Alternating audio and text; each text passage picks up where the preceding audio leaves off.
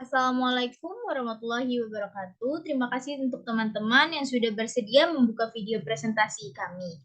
Sebelum lanjut ke video selanjutnya, izinkan saya memperkenalkan anggota kelompok dari kelompok 5. Ada saya sendiri, Fadia Azahra Yulia Ningrum, lalu yang kedua ada Fahra Dwinanda, lalu yang ketiga ada Angelin Emanuela, lalu selanjutnya ada Rahma Jusmawati, dan yang terakhir ada Afadia Jihan Bahar. Boleh di next. Materi pertama kami ini, mohon maaf sebelumnya, izinkan kami dari kelompok 5 ingin mempresentasikan tentang inquiry learning. Materi pertama tentang teori inquiry learning akan disampaikan oleh Afadia. Kepada Afadia dipersilakan. Baik, terima kasih Fadia. Yang pertama ada teori inquiry learning. Pembelajaran dengan menggunakan model inquiry pertama kali dikembangkan oleh Richard Sachman yang menginginkan agar siswa bertanya mengapa suatu peristiwa terjadi, kemudian siswa melakukan kegiatan, mengumpulkan dan menganalisis data sampai akhirnya siswa menemukan jawaban dari pertanyaan tersebut. Baik, selanjutnya saya serahkan ke moderator. Terima kasih. Terima kasih Afa atas pemaparan materinya. Lalu yang selanjutnya ada pengertian inquiry learning yang akan disampaikan oleh Angelin. Kepada Angelin dipersilahkan. Baik, terima kasih. Saya akan menjelaskan mengenai pengertian inquiry learning, yaitu pembelajaran inquiry. Ini merupakan rangkaian kegiatan pembelajaran yang menekankan pada saat proses pembelajaran, sehingga bisa membimbing siswa berpikir secara kritis dan analitis untuk mencari dan menemukan sendiri jawaban dari suatu masalah yang dipertanyakan. Sekian yang dapat saya jelaskan, saya kembalikan kepada moderator.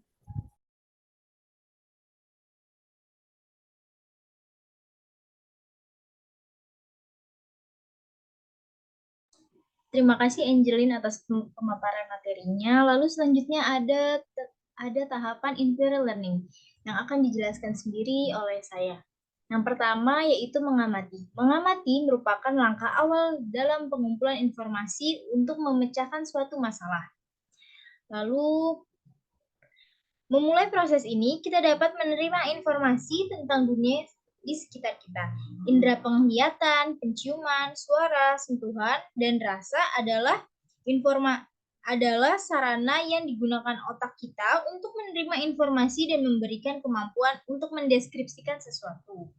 Strategi pengajar yang harus memperkuat keterampilan observasi mengharuskan anak-anak mengamati dengan cermat untuk mencatat fenomena tertentu yang biasa mereka abaikan seperti kesempatan untuk memeriksa ukuran, bentuk, warna, tekstur, dan sifat-sifat yang dapat diamati pada subjek.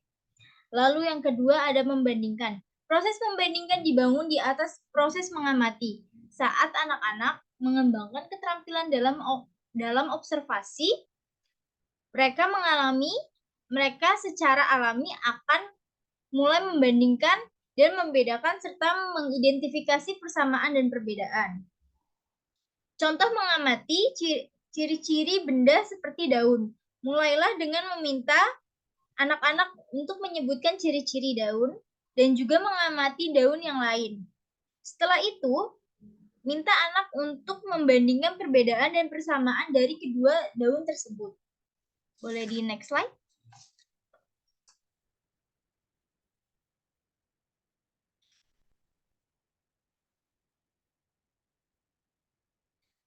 Lalu selanjutnya ada mengklasifikasikan. Secara harfiah, arti klasifikasi adalah penggolongan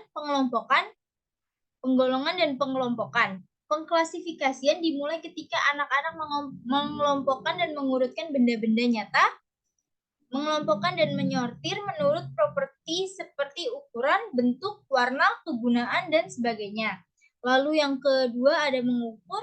Mengukur merupakan pengamatan yang melibatkan angka, jarak, waktu, volume, dan suhu yang mungkin atau mungkin tidak diukur dengan satuan standar. Lalu boleh di next slide. Untuk tahapan inquiry learning selanjutnya akan disampaikan kepada Fahra. Kepada Fahra dipersilahkan.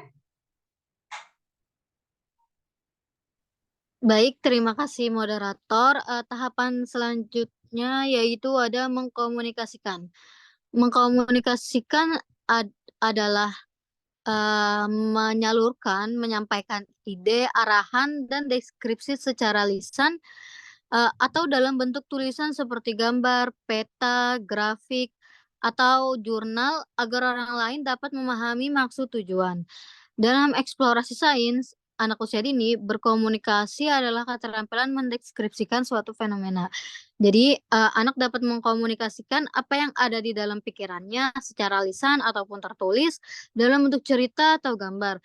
Contohnya, bisa guru meminta pada anak, "Gambarlah apa yang kalian lihat." Gitu. Nah, anak mengkomunikasikan atau menyampaikan apa yang ada di pikirannya lewat gambar, lalu bisa nanti dijelaskan kembali oleh anak lewat cerita. Tahapan selanjutnya yaitu menyimpulkan. Menyimpulkan yaitu meringkas teks yang terdapat pada akhir suatu urutan dengan tanggapan atau komentar. Nah, menyimpulkan dalam keterampilan proses dikenal dengan istilah inferensi. Inferensi adalah sebuah pernyataan yang dibuat berdasarkan fakta hasil pengamatan. Hasil inferensi dikemukakan sebagai pendapat seseorang terhadap sesuatu yang diamatinya. Ketika anak-anak menyimpulkan, mereka membuat serangkaian pengamatan, mengkategorikannya, dan kemudian mencoba memberi makna.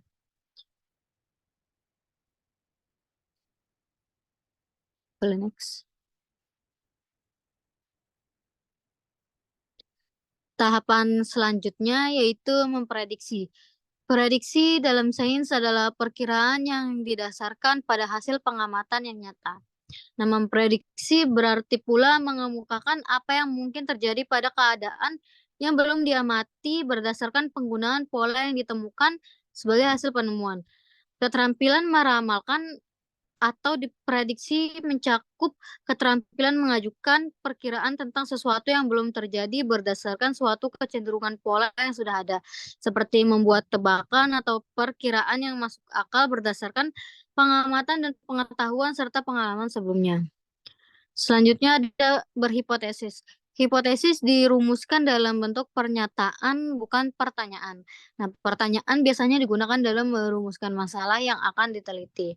Nah, hipotesis biasanya dibuat pada suatu perencanaan penelitian yang merupakan pekerjaan tentang pengaruh yang akan terjadi dari variabel manipulasi terhadap variabel respon. Nah, hipotesis dapat pula dipandang sebagai jawaban sementara dari rumusan masalah. Dan tahapan terakhir yaitu menentukan variabel. Variabel adalah satuan besaran kualitatif atau kuantitatif yang dapat bervariasi atau berubah-ubah tergantung situasi dan kondisi tertentu. Nah, dalam suatu eksperimen, terdapat 3 macam variabel yang sama pentingnya, yaitu ada variabel manipulasi, yaitu suatu variabel yang secara sengaja diubah atau dimanipulasi dalam suatu situasi. Kedua, ada variabel respon, adalah variabel yang berubah sebagai hasil akibat dari kegiatan manipulasi. Dan ketiga, variabel kontrol adalah variabel yang sengaja dipertahankan konstan agar tidak berpengaruh terhadap variabel respon. Sekian dari saya kembalikan ke moderator. Terima kasih Fahra atas materi yang telah diberikan. Selanjutnya yaitu penerapan inquiry learning yang akan disampaikan oleh Rahma. Kepada Rahma, dipersilakan. Baik, terima kasih moderator. Materi selanjutnya yaitu penerapan inquiry learning. Yang pertama itu ada kegiatan manik dan balok. Sebelumnya, pendidik perlu memberitahu anak terlebih dahulu bahwa manik dan balok-balok tersebut bukan untuk dimakan. Balok-balok dilubangi dengan lubang yang bermacam-macam, terdapat lubang kecil dan juga lubang yang besar. Bentuk dan ukuran balok pun bermacam-macam. Dari kegiatan ini, anak bisa mengisi lubang pada balok-balok tersebut. Dengan percobaan semacam itulah, anak akan mengetahui dengan sendiri bahwa balok yang berukuran besar akan terisi lebih banyak manik dibandingkan dengan balok yang berukuran kecil. Lalu yang kedua yaitu melukis menggunakan jari. Melukis menggunakan jari bagi anak usia dini memang akan terlihat berantakan. Nah, aktivitas ini sederhana dan bisa membuat perasaan mereka menjadi senang. Dimulai dengan anak mencelupkan jari-jarinya ke dalam cat dan menggoreskannya di sebuah kertas. Tentunya mereka akan merasa senang jika melihat sesuatu yang berwarna-warni.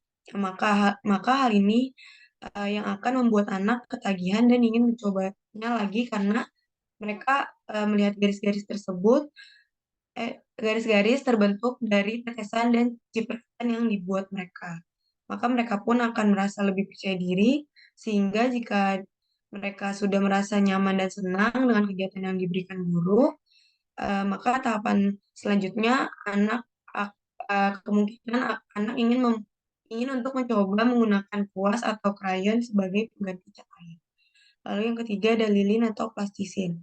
Lilin dan plastisin merupakan media yang bisa diberikan kepada anak karena mudah dibentuk. Kreativitas anak dapat terpenuhi dengan adanya media ini. Anak dapat menemukan bentuk-bentuk baru dari lilin dan plastisin itu. Sekian dari saya, selanjutnya saya kembalikan ke moderator. Terima kasih. Sekian presentasi atau pemaparan materi dari kelompok 5 tentang inquiry learning. Kurang lebihnya mohon maaf. Jika ada teman-teman yang ingin ditanyakan, boleh silakan tanya di kolom komentar ataupun kolom chat. Terima kasih.